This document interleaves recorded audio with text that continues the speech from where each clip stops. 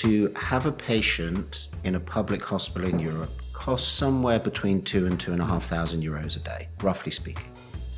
To treat the same patient in one of our outpatient facilities costs about 1,000 euros a day. And for all but very complicated procedures, the private sector can deliver it in a safe, efficient, high-quality way. So I think health systems and health ministers are kind of waking up to this fact. Hi, I'm Belden Menkus. Welcome to the Purposeful Strategist, the podcast that shifts the conversation about purpose and strategy from what organizations should do to what business leaders are doing and what they've learned along the way. On today's episode of the Purposeful Strategist, we have two very special guests. First, Simon Betty, the head of Europe at Northwest Healthcare REIT, which owns, manages, and invests in properties related to healthcare and research. Simon brings significant leadership experience from prior tenures at Adena Europe and Hammerson, and has been shaping strategies for real estate firms for over 20 years. We're joined also by Paul Lambert, the founding director of Living Work Consulting and recently published author of Alive, Cultivating Living Organizations for Success in a Digital Age. Paul and Simon, welcome to the Purposeful Strategist. Thank you, Belden. Great to be here.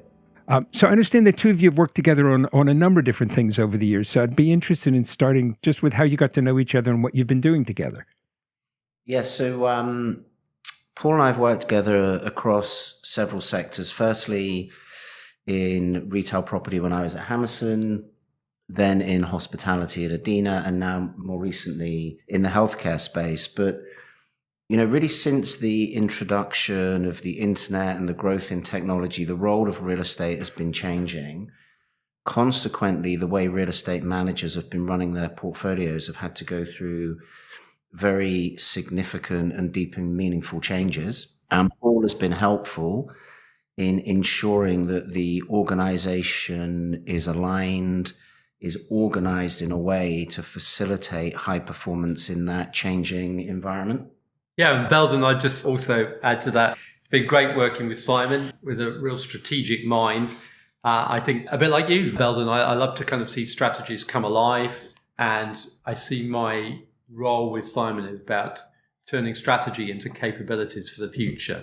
So he mentioned that, the Hammerson and taking there really kind of a shift in the whole kind of customer experience, what people expect of retail, from shops into kind of these multi-use spaces with entertainment. And how do you make that come alive? What new people do you need? What's the organization? How do you look at that? How do you make money in a different way and shift towards more of an experience-based piece? I guess that's been the forging of it. Relationships grow, don't they? And you kind of start to understand what really can make a new organization tick and bring that alive.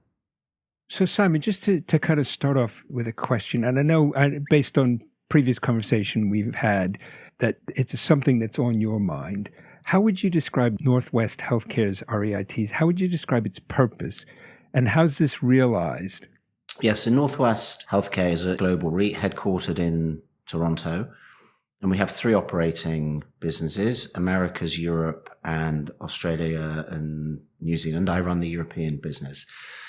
But across that geographical spread, we're consistent in what we do, which is essentially provide healthcare venues focused on the cure side of the business. So that's medical, surgical, outpatient facilities, ambulant facilities. So it's cure rather than care.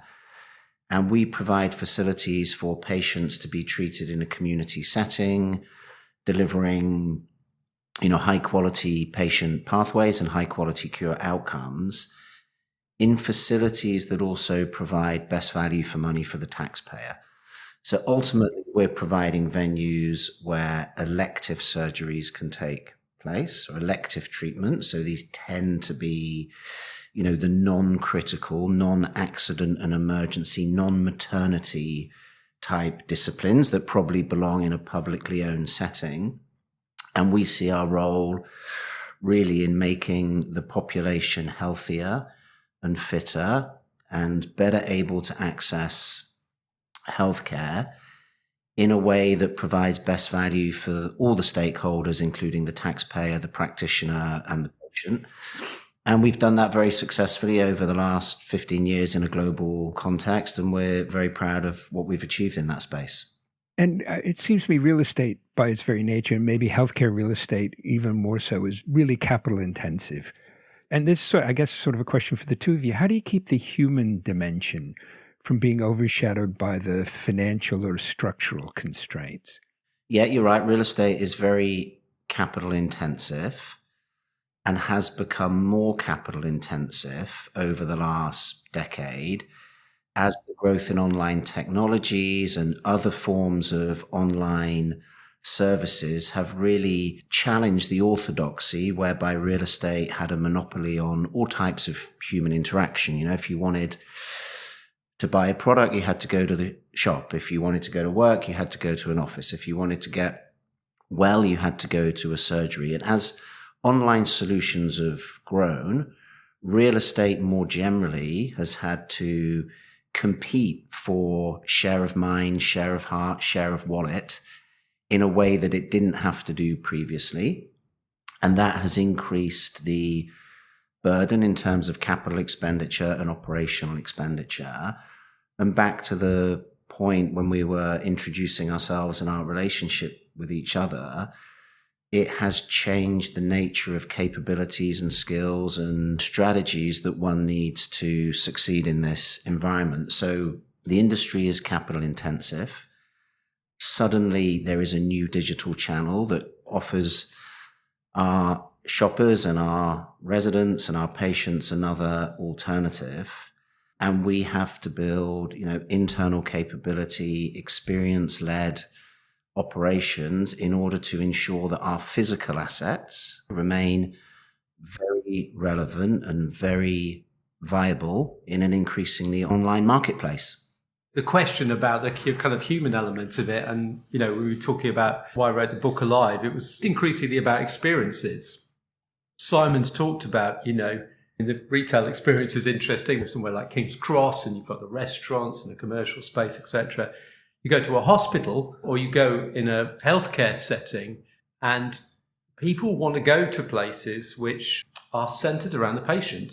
It's around the patient pathway and the patient experience. Back in the day, we did a load of work around elderly care pathways, but they were often, in a lot of these settings, it's you go to a place and you have something done. But how do you turn it on its head like Northwest is? How do you say what kind of experience? How do you make that better? How do you make the digital interactions, the personal interactions? And you've got to look about it as a whole. So you're working across a healthcare system.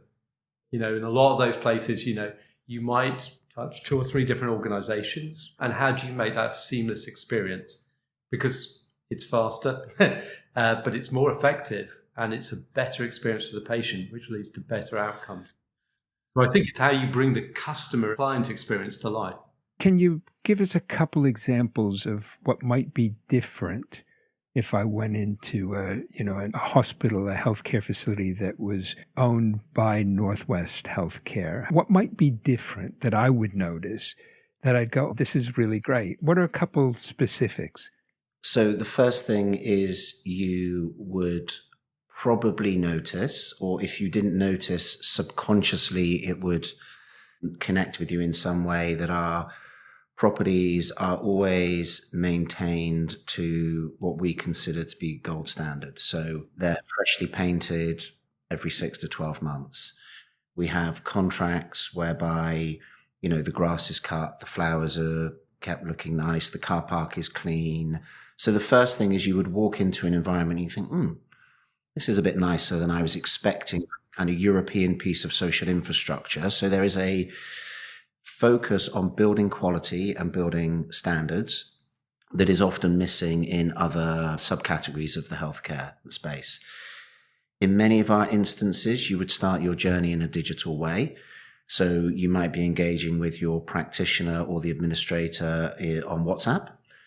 You would come into one of our properties, and we're just in the process of rolling out kind of centralized waiting areas. So where we have more than one practitioner, rather than have multiple waiting areas, which is incredibly inefficient and a big waste of space, we sort of centralize that function. If you are a relative of someone that is being treated in one of our clinics, you will be informed on the patient journey on WhatsApp as they are progressing. So, dear Mr. Menkus, your wife is now in the anesthetic room. Dear Mr. Menkus, your wife started her procedure. Dear Mr. Menkus, your wife is now procedure in recovery. So we engage with our patients and their family members in a digital way. So, with healthcare, it is needs driven and an essential service. So the degree of sophistication is somewhat less than I would have deployed in, my time running the hotel business or in the retail, where the expenditure is entirely discretionary and you really have to compete very hard in those sectors. And I'm sure you visited plenty of shopping centers with digital engagement and events and marketing and Christmas and kids activities. So it varies per asset class, but the underlying theme and the underlying purpose is always the same, which is, real estate is only as valuable as the underlying operations, the underlying productivity of the business that goes on within the four walls. And having a customer orientation, whether your customer is a shopper, an office worker, a resident, a hotel guest, or a patient, is consistent across all the subsectors that I've worked across. You've kind of used words like client, customer, patient, and I see how they need to be different across the different sectors you've worked in. They are different. But the thing that really strikes me is that it sounds like you're coming from a place that says there's a human being here. And whatever sector we're in, we want to interact with them in a way that's going to make them feel good about themselves. That's actually going to help them get done what they want to get done, whether it's get better or buy something or just have a great time or a fabulous weekend somewhere, that you're sort of addressing the human aspect of it all. I don't know much about the real estate world, but that's not the number one word I'd come to if I was thinking about people in the real estate space. So what's different, either in you or in the interaction with you and Paul? What's different that makes that come to the front? Now, it didn't feel like it at the time, but I was fortunate to have spent a long time working in retail real estate. And that was the subsector that really felt the force of online challenges first. And as a consequence, my peers and the cohort of us that worked in retail property at the time were really at the forefront of understanding that there has to be a value proposition to your real estate, because otherwise your consumer is just going to buy it on Amazon, right? You have to give them a reason to, get in their car and turn right rather than just log on and click and buy their product. So we realized early that in shopping centers, and perhaps now more widely real estate generally, consumers moved from the acquisition of things to the accumulation of experiences. We had to give people a reason to get up and bring their family to the shopping center and often pay for parking and come into your venue and spend their hard-earned money. We became very good at marketing ourselves and offering a value proposition that encouraged people to come and visit our center. And it probably took maybe 5 years for the rest of the real estate sector to feel some of those online forces. Offices certainly felt it during COVID and the growth in Zoom and Teams. And just look at what we're doing now, which probably wouldn't have been possible 5 years ago. So what we're observing now, particularly in the office space, is really heavy investment in venue and these fantastic offices that are giving workers an incentive to make the commute to work and come and sit in their office because it's better than staying at home. Same is true of hotels with Airbnb. And now with all of the online services that are available in healthcare, not so much to our patients, but we have to give our doctors and our consultants and our surgeons a reason to pay us rent in one of our medical facilities because it's better than serving their patients in a digital or a hybrid format. So really, it almost goes back 10 or 15 years to the advent of the iPhone and the changing nature of the way people were consuming that drilled into me and many of my colleagues a real customer mindset, probably before it was widely recognized as being important in the wider real estate space. And Paul, you argue that organizations should be seen as living entities. They've got an identity, a purpose, emotion, cognition. How does that, the real estate, the physical piece that Simon's been talking about, is how do physical spaces either enable or constrain purpose-driven work, allow that living organization to be more alive in some ways? How does all that work? Yeah, so the retail space and that shift from shops, just going to the shops, you can just go to Amazon, why not, to a place which is a destination, requires quite a fundamental shift. You're focusing on the human need and you're focusing on the experience they're interested in, which might be a mix of shopping, entertainment, restaurant. They might work there, they might be coming out in their lunch break, they might want to overlook a river or some parkland, etc. So the real estate's reflecting that, but it's also reflecting in the culture. For instance, the real estate, we supported them developing distinct brands for different locations. So they were more human. So before, this was a Hammerson retail centre. Then it became Cabo Circus. We had a space for local suppliers to come in. You need a different capability. You need people who engage with the local community, bring events in, and you need a kind of cultural shift that is reflective of the distinct culture of the area you're in. That might be very different from a London venue or somewhere up in Manchester or wherever. So actually that human thing is actually tapping into, I talk about the physical, but also the emotional and the cultural, and it might feel very different the way that it operates, even the pace that it operates at. It requires you to think quite carefully about who you recruit, what organization you have. And I'd link this back to being a purposeful strategist. It's kind of something about place. And Bristol is not the same as London. It's not the same as Manchester. So we've got to reflect that in the way that the culture, the feel, the kind of, the entertainment, what's going on. And it might feel different each week as well. I kind of get the place looks great and, it's easy to get into, it's easy to get out of aspects of it. But do you, at Northwest Healthcare, do you sort of own the actual operational bit of it, or is that provided by the various people who've taken space? Yeah, it's the latter. So it's provided by the various tenants that deliver services, but we have I would call it a partnership approach with them, more so than a landlord-tenant relationship, because ultimately, whatever the lease contract says, if they're not doing well, we're either not doing well or we're not doing our job properly. So we don't provide the services, but we do have a lot of interaction with our tenants, and we say, hey, look, Dr. A, thank you for providing your annual financials. Do you realize that Dr. B is doing better than you? And we think it may be because of A, B, C, and D, because he does this and you do that. So we are providing as much feedback as we can, obviously respecting our confidential obligations, to try and make everyone as successful as they possibly can be within our venues, because ultimately that translates into good outcomes for us. So we're not directly involved in the operations, but we are trying to share best practice as often as we possibly can. That will feed into our Net Promoter Score. When I introduced Net Promoter Score into our healthcare business, it sort of blew the minds of my colleagues. What are you talking about? These are doctors, this is patients. But I want the European healthcare community to always choose a Northwest building over one of our competitors, because it's the best building or it's the best located, or we give them, a high quality of service as a landlord. So even in a needs-based discipline like healthcare, having strong Net Promoter Scores from our tenants is super important to us. It's more obvious to understand why that would be the case in a retail setting or a hospitality setting or an office setting. But I think, thinking about your end users as customer and clients, whatever it is that they're doing in one's building, is really important.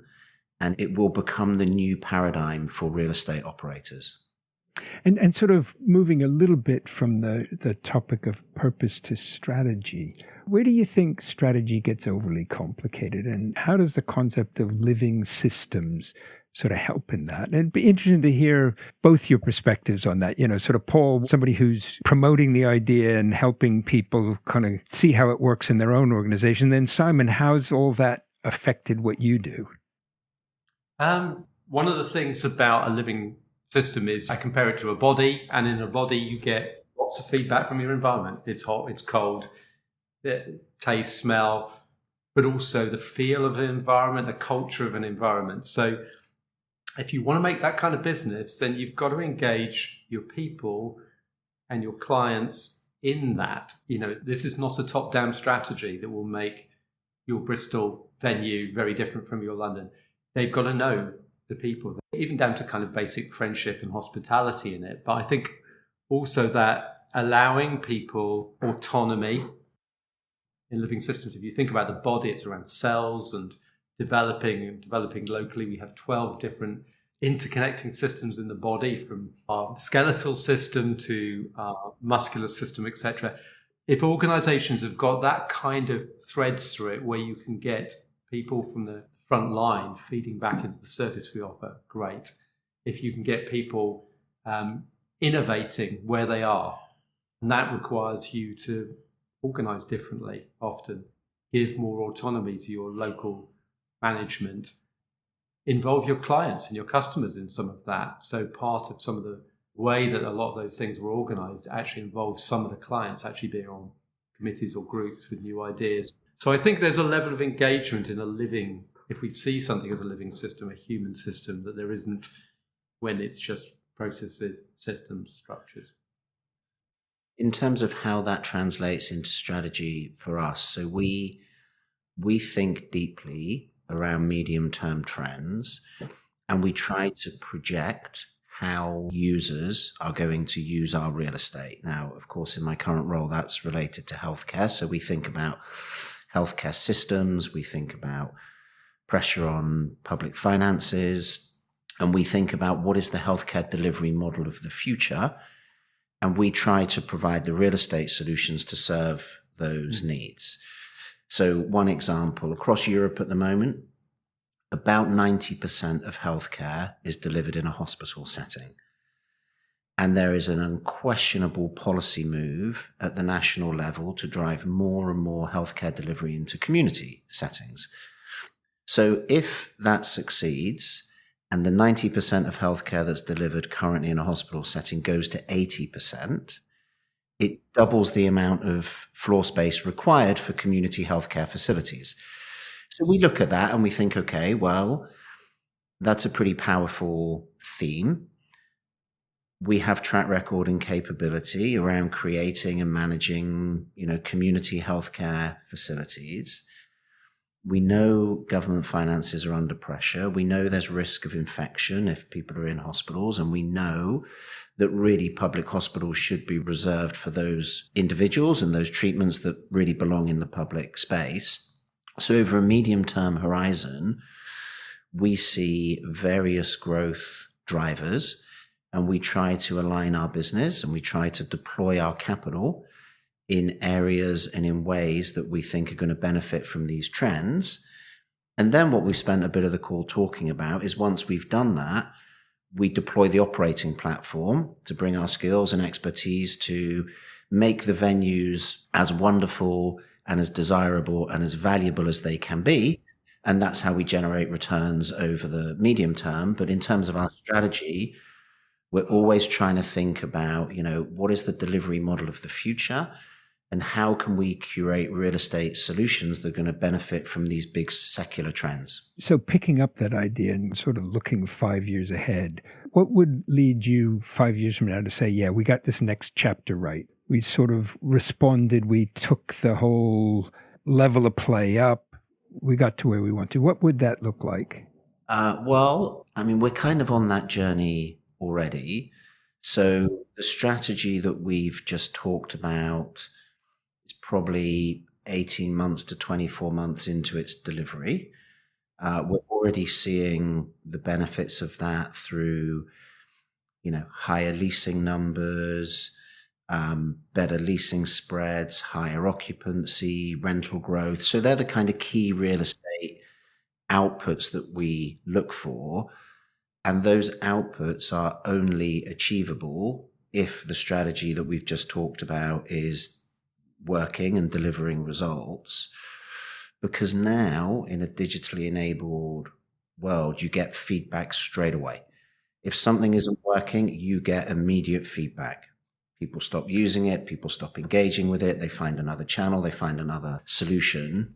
And we're not seeing any of that in our operating KPIs. Indeed, we're seeing the opposite, and we're getting more inbound from tenants that want to be part of this journey. We're getting more inbound from capital partners that see what we're doing and think that's a good idea. We like the thematics around healthcare. There's a good team here with track record. And by the way, this is a subsector that is really keying into some of our ESG and some of our kind of corporate objectives. So there are various data points, either at the operating level or just through some of the softer conversations where we begin to see more interest in our product and more interest in our strategy from patients, tenants, and capital. And if we're serving those three groups well, then all the other things tend to look after themselves. A question maybe I should have asked you at the beginning, but just to get a sense of the geographic footprint and scale. You've talked about Europe a number of times, but what's the footprint of Northwest Healthcare? Well, globally, 3 regions. Insofar as Europe is concerned, it has historically been Germany, Netherlands, and the UK. There was quite a high-profile transaction around this time last year where we sold our UK business to a UK-listed real estate investment trust. But we remain very constructive on the UK, and who knows, maybe one day we reinvest in this market. But generally, with our particular strategies and our particular product type, it's a kind of DAC plus strategy. So Germany, Netherlands, other parts of Benelux, maybe Austria. That really is the Central European geographic area where the healthcare system is most suitable for our solutions. This is now a little bit of strategy geeking out. What is it about the healthcare system and the way it operates in those countries that make it particularly suitable for kind of the value proposition you're bringing? Yeah, I'll give you the short answer because the long answer takes hours and will probably send your listeners to sleep. But essentially in Europe, healthcare is funded through mandatory social insurance. In the UK, it tends to be funded through central taxation. That is quite an important point because what it means is in Europe, there is a level of financial stewardship around the healthcare delivery model because there is always an insurance company somewhere in the system providing the checks and balances and making sure that all the treatments are delivered. Everyone has universal access to healthcare, but in no way is the system abused. In the UK, the gatekeeper of the healthcare system tends to be general practitioners, and they are much more focused on healthcare outcomes than the kind of financial consequences of their decisions. What that has done over time has led to the creation of a product category called a medical outpatient facility that is very prevalent in Europe. It acts as a kind of intermediary facility between a GP practice and a hospital. And that's where we see the future demand for healthcare delivery. And that's really where our expertise lies. That product category, for historical reasons, hasn't evolved in the UK in the same way that it has in Europe and indeed North America. It's a very popular product type in North America. And Belden, I think it's quite interesting because we might be at the cusp of a change in the UK market there where, I saw that working 10 years ago in kind of elderly care, which was more integrated around polyclinics where you could do some of the basic operations, etc. But I think now with more community-based work and also an emphasis on kind of linking those things together, there is a shift which actually might lend itself to where Northwest is going. Because I think we've started to see you can't just have this sort of general practitioner governed system, that you actually need more of an integrated care system that looks at the needs of an area or a group, etc. And these are rough numbers, but the principle is broadly correct. To have a patient in a public hospital in Europe costs somewhere between €2,000 and €2,500 a day, roughly speaking. To treat the same patient in one of our outpatient facilities costs about €1,000 a day. And for all but very complicated procedures, the private sector can deliver it in a safe, efficient, high quality way. So I think health systems and health ministers are kind of waking up to this fact, thinking, hey, we can serve our population with great healthcare outcomes by using the private sector. And we can tell the population that it's not the privatization of the NHS, which is obviously a bit of a political grenade, but we can tell the population that we're not just privatizing their healthcare services. All we're doing is moving surgeries and other healthcare delivery from a very expensive to a less expensive environment, and everyone wins in that. It reduces waiting lists. The venues are high quality. You free up space in public hospitals for more important treatments, and the taxpayer gets great value for money. Yeah, no, I can see all that. A question that might just reveal my ignorance of the whole thing, but it also seems to me if there was that sort of middle ground, and maybe even in some other forms, it'd take a lot of the pressure off people showing up at A&E when all they really need to do is talk to somebody medical, but they can't get to their GP right now. Yeah, precisely. Paul will be able to talk about this, but healthcare systems are complicated, integrated, and have evolved over between 50 and 100 years.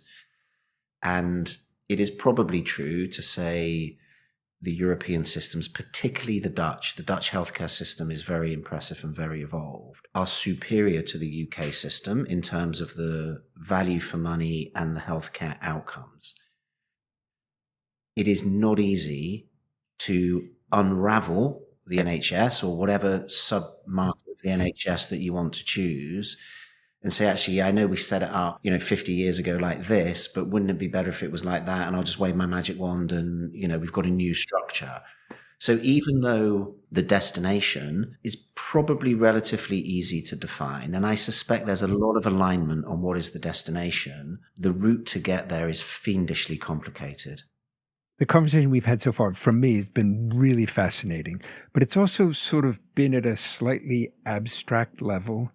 So if I were to see either one of you sort of doing the work that brings all the kind of living system aspect alive, what would I see you doing?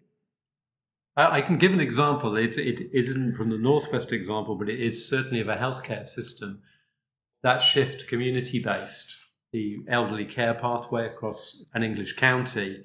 And that was really rethinking, going back to purpose and saying, what is an elderly person's journey? Well, first of all, they're stable at home. Then something happens. They fall over. They may be taken to hospital and somebody may drive them up the road to the GP if it's not too bad. There's some kind of access to the system, treatment at one of a number of different venues, and then rehabilitation, or in an elderly care setting, even end-of-life care. So what do you see us doing, or what did we do? Well, we had one workshop with 130 people in to get system in the room, which is, you talk about client experience. I think Simon's right. Healthcare can be fiendishly complicated because you've got everybody from GPs to people who run acute hospitals, mental health facilities, help the aged was in the room, different third sectors, specialist practitioners, geriatricians. So we had to kind of really get to grips with that, talk about the system and how it worked. And even, the local authority was involved in certain aspects of rehabilitating people in their homes. So it's actually looking at how does the money flow? How does the money flow around the patient? And actually analysing how you can align those things. Yeah, and for me, the day job is, healthcare is the only real estate sector that I know of. I think it's probably the only real estate sector that has a regulatory overlay. So success or failure in other real estate sectors tends to be commercial in nature. We've talked about strategies and why some may succeed and others don't. But in healthcare, there's a regulatory overlay. So for me, how do I turn all of the points we've discussed into actions? Well, speaking to regulators occasionally, but really it's about talking to people, colleagues, stakeholders, building organizational alignment, reminding people constantly why these things are important. What is our competitive advantage? Why does it matter if we, really wake up every morning and think about the customer and put ourselves in the customer's shoes, whether they're, a patient or whatever other type of real estate we're trying to work with. And then we focus on property outcomes. Are we delivering rental growth for our shareholders? Do our buildings look as good as they can? And finally, we think a lot about deploying capital. What are we going to buy? Where are we going to buy it? When are we going to buy it? That's important in a very cyclical sector like real estate. And then once we've bought it, how do we manage it? So, I suppose for me, it's a pie chart with 3 equal segments. One is sort of regulatory and, keeping on top of jurisdiction risk. The other third is people, organization alignment, stakeholders. And then the other third is, property fundamentals. And I'm a real estate guy, so that's the bit that I really enjoy. That's great. Well, listen, it's been great hearing the 2 sort of different but kind of interlocking views on this topic. So appreciate you both being on this. Is there anything else we haven't talked about that you'd like listeners to know? I find it interesting, Belden, that when you talk about purpose and links to brand and strategy, that people often say, oh, but how do you make money at it? If you've got a clarity of purpose and you talked about destinations and brands, that's what attracts people, even internally, a kind of great brand around an employer. So I think this is the way to win. Yeah. As well as the human and the right thing to do, there is a human and a financial imperative to this. Yeah. I think in real estate, the key KPI that everyone is trying to achieve is rental growth. But I think if you target rental growth in and of itself, before you target purpose or customer or strategy, you end up with neither, right? There is no God-given right for a real estate landlord to be taking money out of the pocket of its tenants every quarter. If you think about it through the lens of providing a service, delivering great outcomes, giving people a fundamental reason to come to your properties, then you tend to get the benefit of both. What both of you said, I completely agree with. If you chase some outcome directly, you often don't even get close. Thank you both for joining us. A really interesting conversation, and I wish you both well. So all the best. Thanks. Yeah, pleasure. Thank you.